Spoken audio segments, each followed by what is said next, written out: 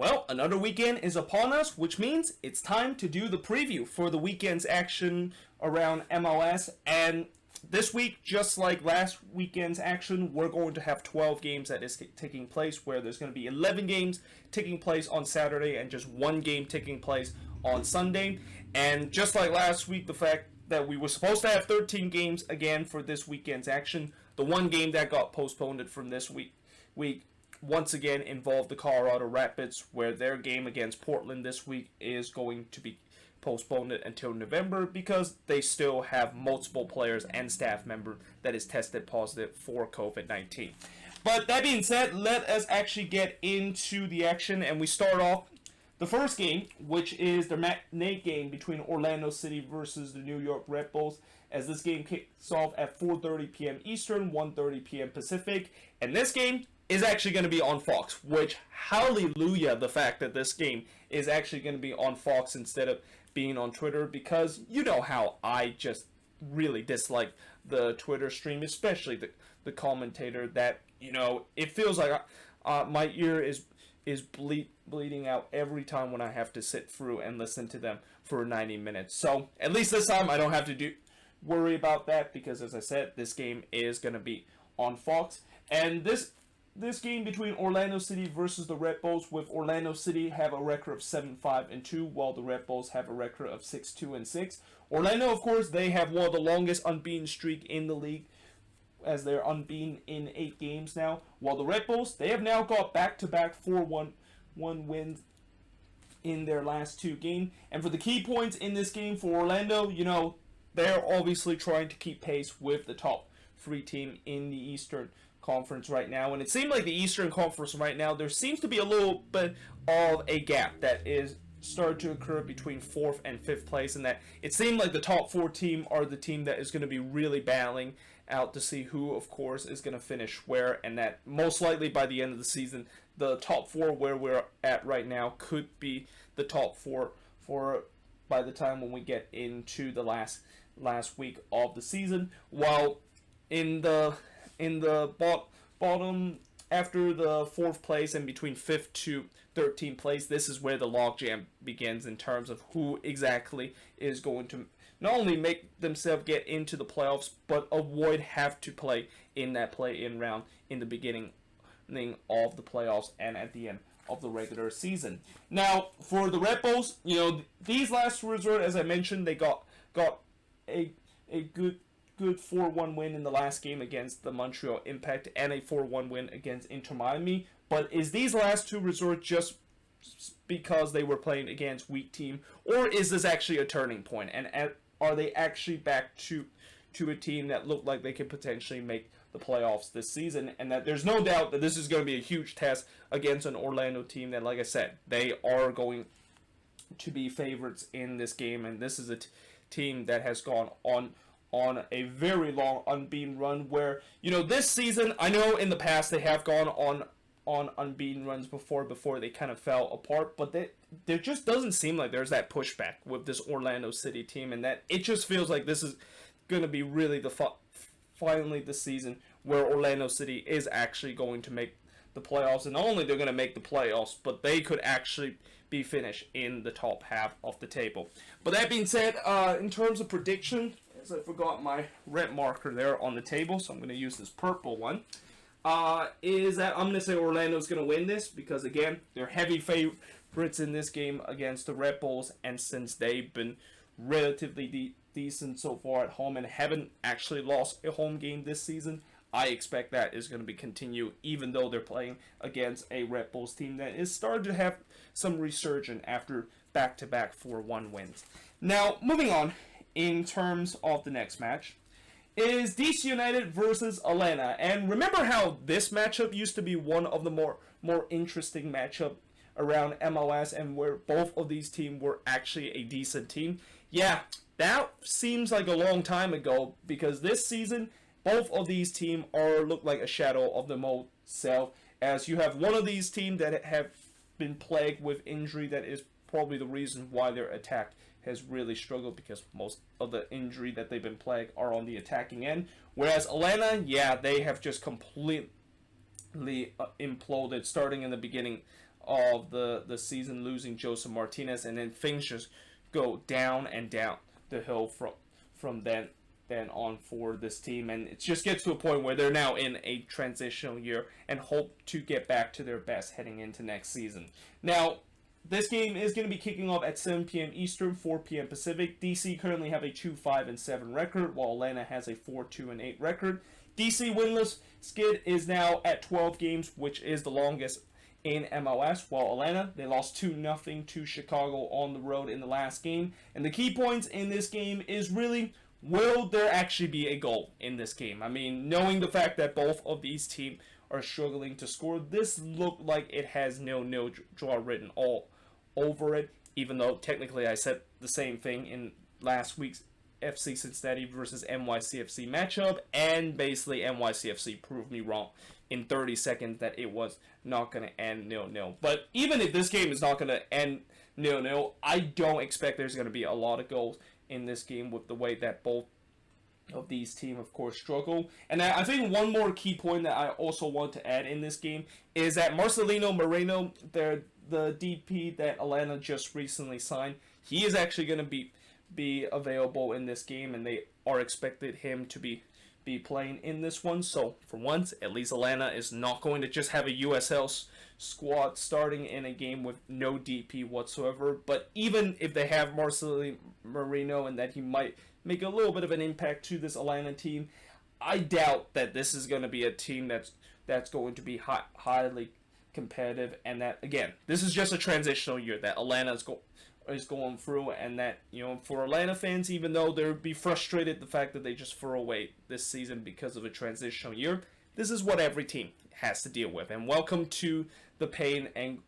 and suffering of trying to quickly rebuild so that you can, of course, be once again a competitor in the future. But that being said, I'm going to say it's a draw in this game. I really don't see a winner in this one. If there is a winner, it could be like a 1-0 win or maybe a 2-1 win between either of these teams. But either way, if you expect there's going to be goals and potentially there's going to be a lot of action happening in this game, well, I'm sad to report that that is probably not going to be the case. Now, moving on, in terms of the next match, is Montreal versus the Chicago Fire. So the Impact is coming into this game with a 5-1-8 record, while Chicago has a 4-3-7 record, and they currently own the last spot in the Eastern Conference in 10th place, while Montreal is actually not faring any better, as they're actually just above Chicago in the playoff standing. This game kicks off at 7:30 p.m. Eastern, 4:30 p.m. Pacific, and even though Montreal is in 9th place in the Eastern Conference, they look like they're heading into a downward spiral, and that in some way you could say that both of these teams are heading in opposite direction. Montreal, you know, they lost 4 in a row right now coming into this game, while Chicago, for once, they are able to get a winning streak going and able to come off with back-to-back wins in the last 2 games. Now, the key notes in this game is that, you know, for Montreal, as much as I would just say that the key note for them is, can Thierry Henry figure out this team in terms of trying to get better, not only on the defensive end, but also on the attacking end. But really, can they actually finish a game without having a man sent off? I mean, it is incredible the fact that in these last 5 games for the Montreal Impact, they had 4 of those games where they did not finish a game with 11 men. And it's not like all 4 of these games where they got a player sent off happened relatively late in the second half. Some of these games, they got a man sent off right in the first half, and that, as much as I know people will point out the struggling offense and defensive end for Montreal might be the reason why they lost 4 in a row, when you don't have a spell of 5 games, well, you only have 1 game out of these 5 games where you're able to finish with 11 men, something tells me that also might play a huge factor of why you, of course, lost 4 in a row, and that disciplinary issue is a huge problem with this Montreal team, and Thierry Henry's got to figure out this, because you cannot just keep going in this stretch where they have just every single game a player being sent off for Montreal and expect the fact that the Impact is going to turn this thing around. While Chicago, can this actually be the time where they can be consistent and actually win 3 in a row? And you know what? I'm going to say yes. I'm going to say that I feel like Raphael Wiki might have started to figure things out with this team. And even though, most likely this is going to be the case where they can finally snap out of kind of something that we always talk about, the Chicago Fire being an inconsistent team, and the fact that this is an easy opponent and that they should be able to win. I think Raphael Wiki has really started to figure out, and that this offense and defense for Chicago, that for most part has been very inconsistent, just like how the team formed, have kind of started to figure out in the last 2 games. So hopefully they can, of course, continue to do that in this game against a Montreal team that, again, they are just going through a downward spiral right now, and that if the Impact doesn't figure this out in these next couple of games, they could find the way getting themselves not making the playoffs in the Eastern Conference. And if you're a team in the Eastern Conference and you don't make the playoffs this season, despite the fact that 10 out of the 14 teams make it, yeah, you're going to really be looking at yourself saying that how in the world did we not make the playoffs, and that this is an absolute failure. The fact that so many teams get to make the playoffs in the Eastern Conference, and we might be one of those teams that would just miss out on that spot. Now, moving on, in terms of the next match, is going to be New England versus Nashville. Now, I will say my last statement about the fact that it is a big failure for a team to not make it to the playoffs in the Eastern Conference, and I'll give a pass to Nashville and Inter Miami because they're our expansion team, and again, even with the expanded playoffs, these 2 teams, I kind of feel like they were either not going to make the playoffs, but if they kind of have resort that gone in their way, they will somehow sneak into the playoffs. Well, it seemed like for Nashville, they seems to fit in that category where resort has gone in favor of them, and that because of the fact that they have been so good on the defensive end and just do enough on the attacking end, they have got themselves in the conversation in terms of making the playoffs. Whereas New England, they're coming into this game with a 5-6-3 record, and in the last 2 games, they were able to get wins, and that they of course got a win last time against DC United away, which now propelled themselves all the way up to 5th place in the Eastern Conference. But there is a 4-point gap between themselves and Orlando City, and as I mentioned, the 4th through 5th place seems like the gap that we're seeing in the Eastern Conference, where while the top 4 teams seems like they're destined to finish in the top 4, the rest of the Eastern Conference table are just fighting out for these last couple of spots in the Eastern Conference. Now, Nashville, of course, drew 1-1 at home to Houston in the last game, but in many ways they probably will feel like they should have won that one because they had the lead for so long until they blew it right at the very end. Key points coming into this game is that can New England do better in terms of the final third? I mean, this has been a problem with this New England team where throughout most of this season, they just seem to always struggle whenever they get to the final third, and that whenever they get to the final third, I always see whether they just kind of hesitate to whether if players get to the final third should just take a shot instead of being unselfish, or the fact that they just plays it and the chance is basically gone in the final third. They got to figure that out, and that they got to be much better in the final third if they are going to consider a team that not only make the playoffs but maybe be an outside contender of coming out of the Eastern Conference, because I really think this New England team is a decent team, and I think Bruce Arena once again has done a great job with this one. But the one reason why I still don't think they are a team that could really compete in the Eastern Conference is just the lack of finishing, and that there's just seems to be, they always just seems to be very poor whenever they get to the final third. Whereas for Nashville, can Nashville score enough goals where they don't have to heavily rely on the defense all the time? I mean, again, the defense is really the reason why this team is where they are right now, and that the attack, I think it just gets to a point where they got to pick up the slack eventually, because as good as this offense is, if the attack does not start to pick up slack and start to, not just score one goal go in every single game, then I really felt like Nash chances of making the playoffs or potentially getting themselves in a spot where they don't have to be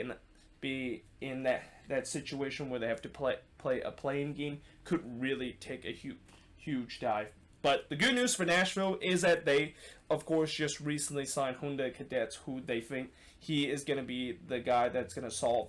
the problem that Nashville has going for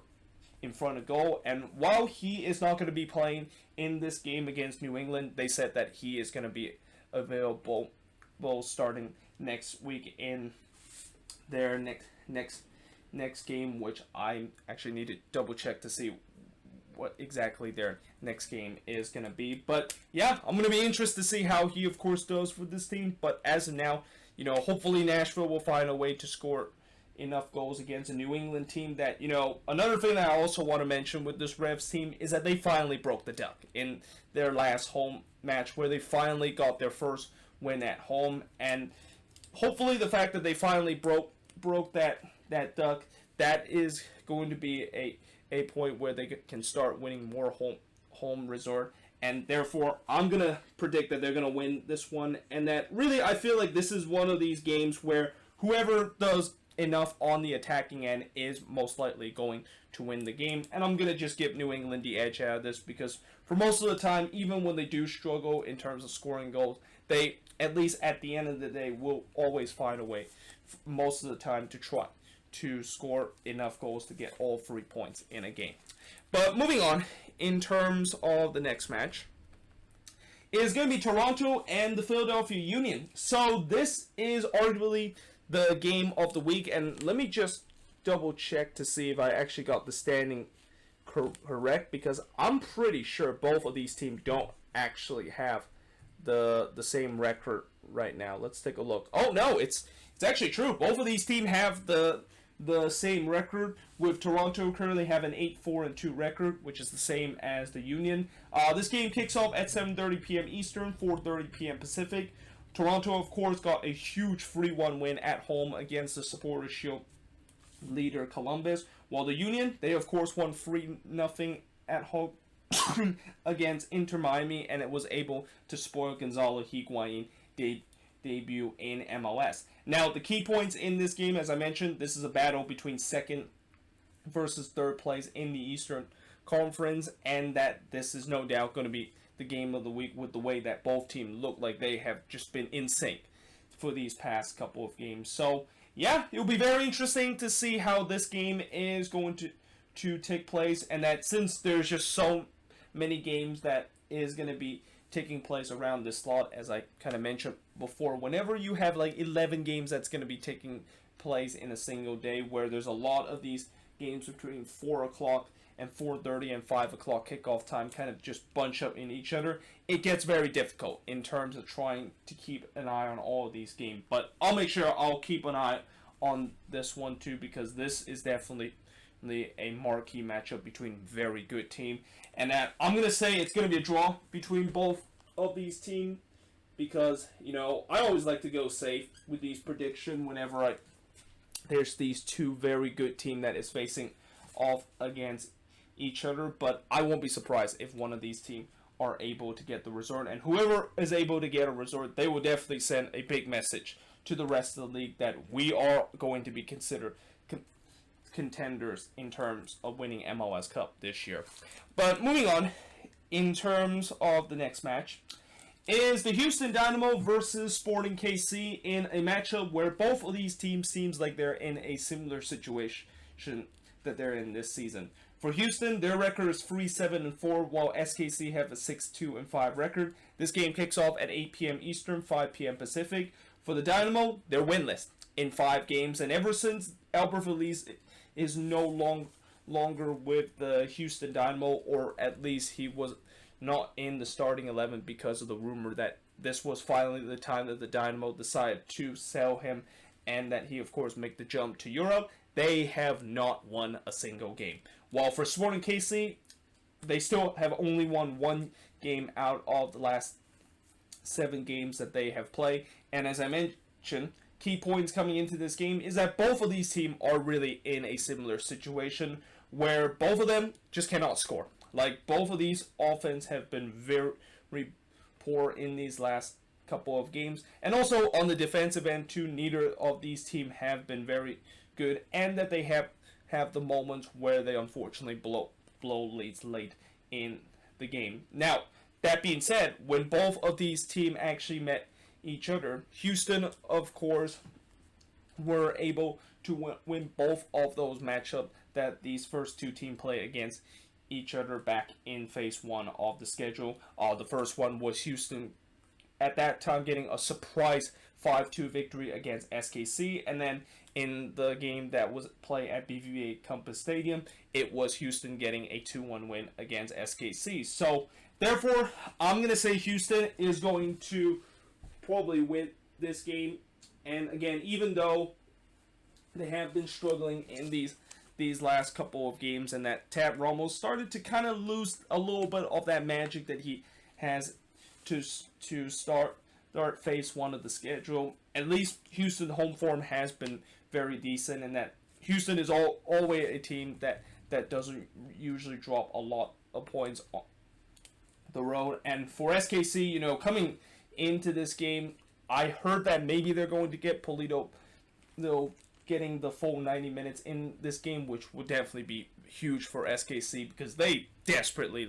need Polito in terms of getting things get going on the attacking end. But still, I'm going to say the Dynamo is going to win this one because, again, their home record is relatively decent, and at least in the last two games, they have really figured out SKC and able to get wins over them. But that being said, I am now going to switch the board and look at the last 6 games that is going to be taking place in this weekend's action around MLS. But yeah, moving on, in terms of the next match, is Inter Miami and NYCFC. So Inter Miami is coming into this game with a 3-2-9 record, while NYCFC coming into this game with a 6-2-6 record. And this game is going to be kicking off at 8 p.m. Eastern, 5 p.m. Pacific. Miami, of course, have lost back-to-back games and have gave up 7 goals in both of those games. And that really, I feel like Inter Miami is right back at their low point as they had in the beginning of the season, where after they kind of enjoy a little bit of a good spell where they're able to get reserved and able to get wins both at home and on the road, these last 2 games has been pretty awful, and that I would say that these last 2 games is probably even as bad as what their first 5 games of the season, because at least for the first 5 games of the season, there were a couple of ones that they kind of got a little bit unlucky, and at least they were kind of in the games. These last 2, one has been ugly with the way that they got blown out 4-1 against the Redbulls, and then in the game against the Union, everybody will remember as the game where Gonzalo Higuain made a nightmare debut in MLS, but that was just a game where, for the most part, they were just getting outplayed by the Union. Now, for NYCFC, they actually won 4-0 against FC Cincinnati in the last game. And the key points coming into this game for Miami, as I mentioned about the fact that they've been very bad in these last 2 games. I think the other key points we got to mention is how will Higuain fare in his home debut. I'm assuming most likely Gonzalo Higuain is going to once again get the start, even though I kind of feel like they might think about kind of limit his minutes a little bit, because as I said, in the last game after his nightmare debut against the Union, you can clearly see he's not 100% fit, and that I feel like Inter Miami is clearly rushing him into the starting 11. But if they're going to once again rush him and put him into his home debut, it'll be very interesting to see how he will fare in this game, and whether if he can finally get his first MLS goal in this game against NYCFC, where for NYCFC, can they do what the other New York team does, which is the Redbulls, did to Miami in this game? And for NYCFC, they are kind of in a similar situation as what the Redbulls are in right now, where it's kind of odd, but both New York team currently have the same record of 6-2-6, and that both New York team, at least for the last couple of games, seems to find a situation where they're able to start getting goals to their team and start to kind of turn around the season a little bit. So yeah, it'll be interesting to see whether or not if NYCFC can do that against a Miami team that, again, this has got to be a little bit concerning. The fact that in these last two games, with the way that they're giving up goals, where now the issue, the fact that this team has is in terms of their defensive end, this could really be a long season for Inter Miami, consider they're already dealing with issue in terms of goal scoring. But for me, this game, I'm going to say NYCFC is going to win it, because I think, I know in the last game against FC Cincinnati when they won 4-0, that game doesn't really tell us much about NYCFC, because FC Cincinnati is a team that is just absolutely awful this season, especially on the road. But at least they were able to score goals, and anytime when you're able to find the ball into the back of the net, it doesn't matter which team you're playing. You're going to have some confidence heading into the next game that you could carry that momentum heading into the next one against your next opponent, and I think NYCFC could potentially do that. Speaking of FC Cincinnati and how they are struggling on the road, well, unfortunately for FC Cincinnati, and I need to get a new pen here, because this one just for some reason decided to run out of ink.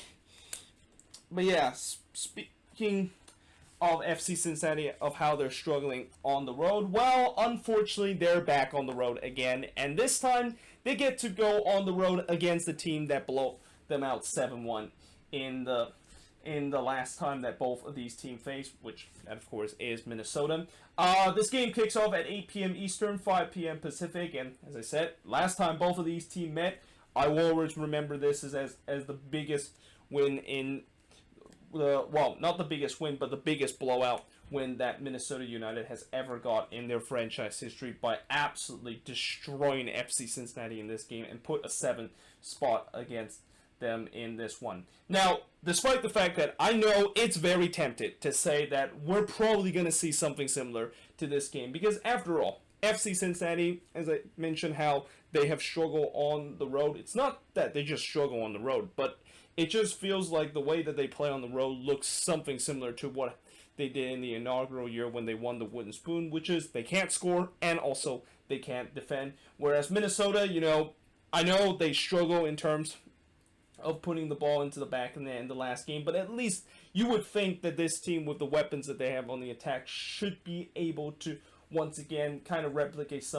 something that they did against FC Cincinnati in the last game. However, that being said, the key points I will say coming into this game is that if Minnesota is going to replicate what they did last season, they need to, of course, be better in terms of finishing. Like, again, last game, the only reason why they didn't get all 3 points was because of finishing, and also the opposition goalkeeper was pretty much on his head. And for FC Cincinnati, they just simply can't implode after giving up the first goal. Like, I think there is clearly a trend when you see these last couple of road games where FC Cincinnati is just getting blown out. It's all because of the fact that once they can see that first goal, you know that this team basically feel like they have no confidence in terms of coming back from that 1-0 deficit, and therefore they, of course, implode. And as much as this, of course, will happen when you have a team that struggled to put the ball into the back of the net and have zero confidence whatsoever going for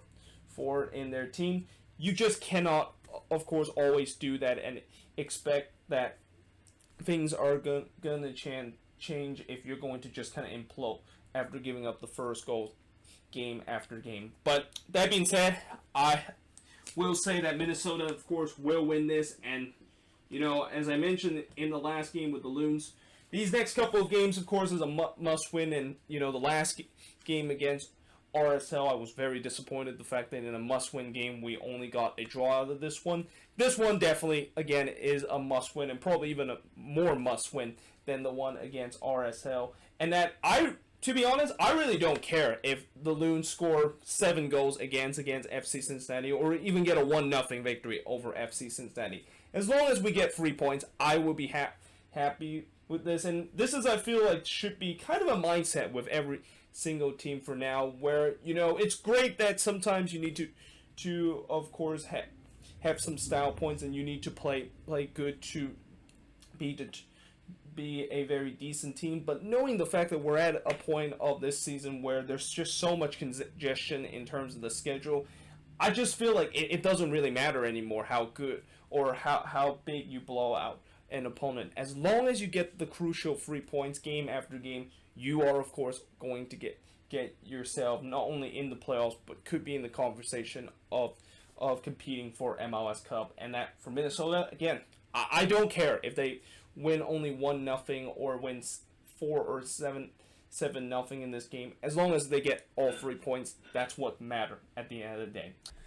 But yeah, moving on, in terms of the next match, is the other Ohio team, that is the Columbus Crew, that is also going to be on the road, as they're going to be playing against FC Dallas, and that this is the second week in a row that Dallas will have to play against a very tough team in the Eastern Conference at home, and this time it's probably even going to be tougher because they're playing against the Supporters Shield leading team, that is the Columbus Crew, who has a 9-3-2 record, while Dallas have a 5-5-3 record, and this game kicks off at 8:30 p.m. Eastern, 5:30 p.m. Pacific. Now, for Dallas, they of course drew 0-0 against Orlando at home, while for Columbus, you know how last week I talked about how they tends to struggle on the road this season? Well, today I actually take a look at their road form, and to my biggest surprise, they actually have not won a single game on the road this season. All 3 of their draw and 2 of their losses all came on the road this season. And while Columbus is still at the top of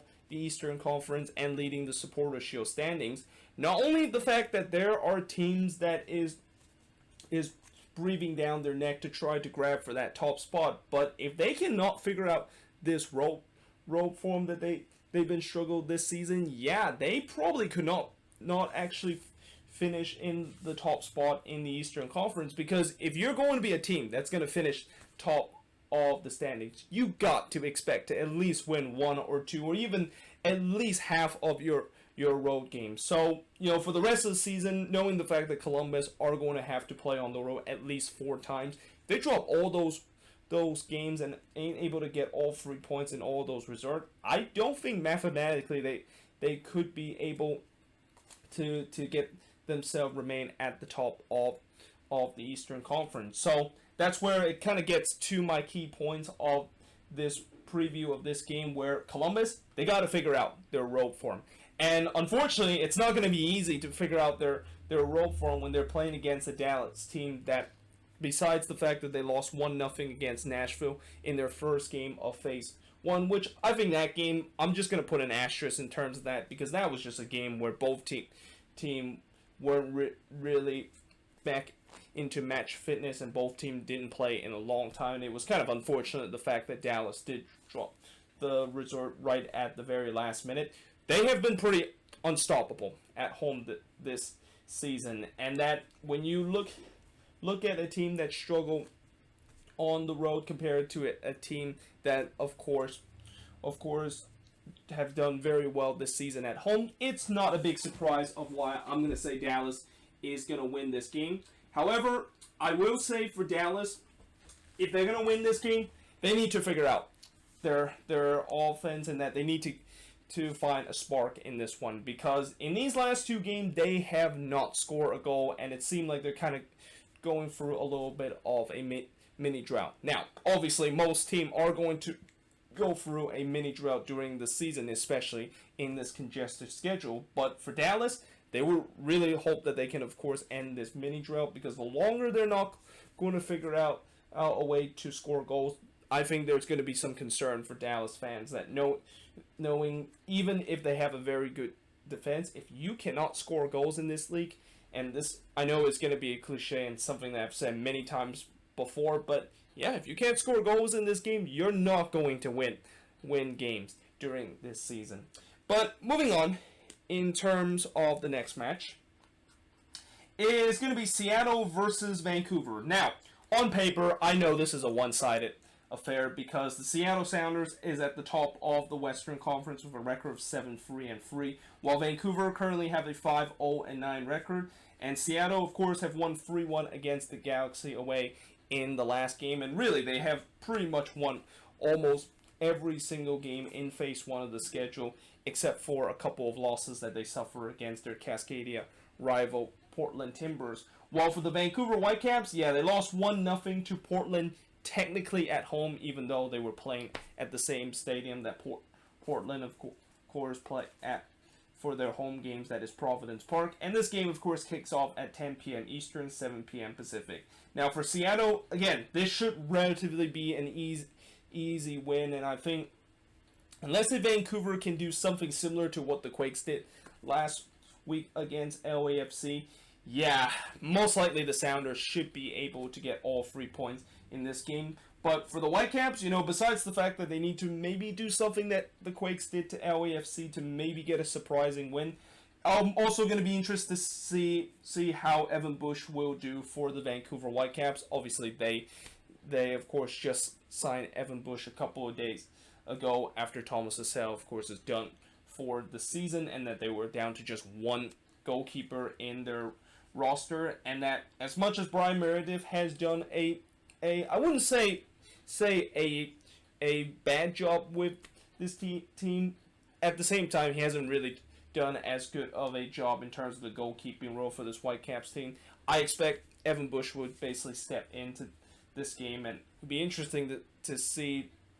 how he's going to do in his debut against the Seattle Sounders, and that he's going to also have his work cut out, because I'm pretty sure the Sounders are going to put a shooting gallery in front of his net, unless if the Vancouver Whitecaps can find a way to look kind of what they did against the Timbers in the last game, where in the last game, even though they lost 1-0 in that one, they had some decent chances in terms of at least getting a draw or getting a win in that game. And again, if they're going to try to do something similar to what the Quakes did against LAFC, they need to put away those chances that they had, because I guarantee you they're not going to have a lot of chances in this game against the Sounders team that most likely they're going to have most of the ball, and as I said, they're going to really put a shooting gallery against the Vancouver Whitecaps in this game. So yeah, I'm going to say Seattle should win this game. But moving on into the next match,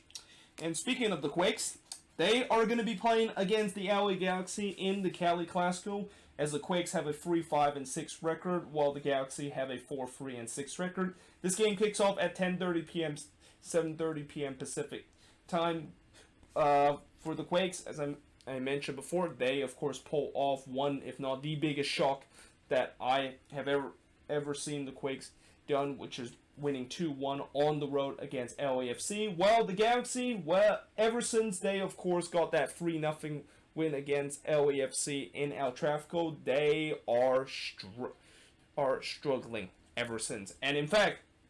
their struggling form all started when they were playing against the Quakes in the last Cali Clasico, when they got a 0-0 draw, and that really kind of kicked off of them going winless in 4 games, and also losing 3 in a row out of these 4-game winless run that they're in. Now, the key points in this game for the Quakes, was the last resort actually a fluke, or was it ... And the reason why I put ... there is that I'm not going to say that word. I know this team is trying to fool me again and give me some false hope. The fact that 2-1 win against LAFC might be a sign of hope and might be a sign of turnaround, but I've seen this story before with what the Quakes have done, and I'm going to be as I said many times before, kind of a pessimistic kind of Quakes fan, where I'm not going to believe the fact that this team is really back into playoff contention, and that it's going to really take for this team to get a couple of wins in a row, where maybe, just maybe, I'm going to start believing the fact that they are in playoff contention. While for the Galaxy, their key points is that can this recent goal scoring drought that can finally end with this game against San Jose Earthquakes. Now, as much as I know, a lot of people have once again said the reason why they have gone winless in these 4 games is because their defense has been just awful once again. In some way, yes, there have been times where the defense has been bad, but I think the biggest reason why they've been on this winless run is the goals have dried up for the Galaxy. I mean, again, ever since they got that 0-0 draw against the Quakes, they've only scored 1 goal in that 3-game winless run that they had. And that one goal actually was scored in the 88th minute in the last game against the Sounders, and that kind of end the drought of them going almost 300 minutes without actually scoring a goal in MLS play. But that being said, since they kind of finally broke that drought in the 88th minute, maybe that can give them confidence, the fact that they can rediscover their goal-scoring form. But either way, you know what? For once, I'm going to predict the Quakes are going to win. Again, hopefully after that good 2-1 win on the road against LAFC, they can bring the momentum against a team that they usually do very well when they are playing at home. So yeah, I'm gonna say the Quakes should be able to win this game against a very struggling LA Galaxy team. But yeah, moving on into the last game of this review is RSL versus LAFC. So RSL coming into this game with a 4-6-4 record, while LAFC coming into this game with a 5-3-6 record. This game kicks off at 9:30 p.m. Eastern, and it should say 6:30 p.m. Pacific instead of 7:30 p.m. Pacific on the board. And that the last time both of these teams played, RSL was able to get a 3-0 victory against LAFC. Now, obviously the biggest talking point coming into this game has to be, how can LAFC recover after such a shocking loss that they suffered to the Quakes in the last game? And I think that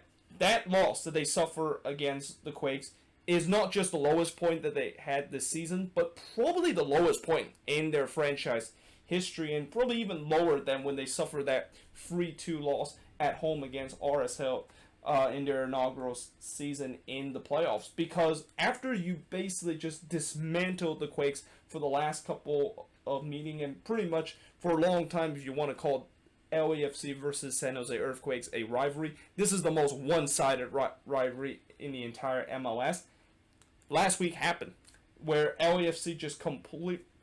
imploded late in the game and aren't able to put away the numerous chances that they had to put the game away, and lost 2-1 in that one. And that, as I said, that was really the lowest point that I feel like they have ever suffered in their franchise history. So the question coming into this game is that, can they of course recover from that, and that can Bob Bradley actually gather this troop and actually play with a lot of anger and desire to get all 3 points in this game. Now, for RSL, the question is, can they, of course, play just as well in the last game when they face against LAFC coming into this one? Because I thought last time when they played against LAFC, they did very well in that game, not only on the attacking end, but also on the defensive end too. And their goalkeeper, Andrew Putna, the last game against Minnesota, he was one of the biggest, if not the biggest reason why they were able to get at least a point out of that game against Minnesota. Can he do it again in this one? And specifically, he did it last time against LAFC, where he was able to make some incredible save. Can he do it again in this one against an LAFC attack that you would think that this should be a breakout game for them? I mean, when you look at the last couple of games, it seemed like this attack has been very inconsistent, where there's one game it seemed like they go for a breakout run, and then there's another game where they just look absolutely toothless. So knowing the fact that they have gone through that game where they look absolutely toothless, this, you would think that it should be a breakout game, but again, it's not guaranteed with the way how much LAFC have struggled this season, and that RSL, despite the fact they're not having one of their better seasons, at least their home form have been relatively decent so far this year. So yeah, overall I think this is kind of tough to predict who's gonna win this one. I feel like it kind of all depends on if LAFC, if they show that desire to trying to recover after such an embarrassing loss they had last week, that I think they can of course get the win if they do that. However, if they are going to look exactly like the way that they did against the Quakes, and the numerous underachievers in this team is going to continue the trend of underachieving, then I think RSL should be able to win this game. So yeah, I'm going to say it's just going to be a draw between both of these teams, but again, I won't be surprised if RSL able to play just as well as the way that they play in the last time they faced LAFC. They should of course able to get the win. And for LAFC, if they can of course show the desire to get all 3 points and show that anger to able to put chances away, they should be easily winning this one. But yeah, there you have it. That is pretty much it for the prediction of this week's action, or not the prediction, but the review or preview of this week's action. But in terms of prediction, let me know in the comments below, what do you think of these 12 games and your prediction for all 12 of these games. And like I have done pretty much for all the games that I've done reviewing for this season, I'm once again going to split the review into 2 parts, where this board is pretty much going to be part number 2 of the review, and the other board is going to be part number 1 of the review that I will do right after the Saturday games action. But until then, hope you guys enjoy this video, and I of course will see you guys next time.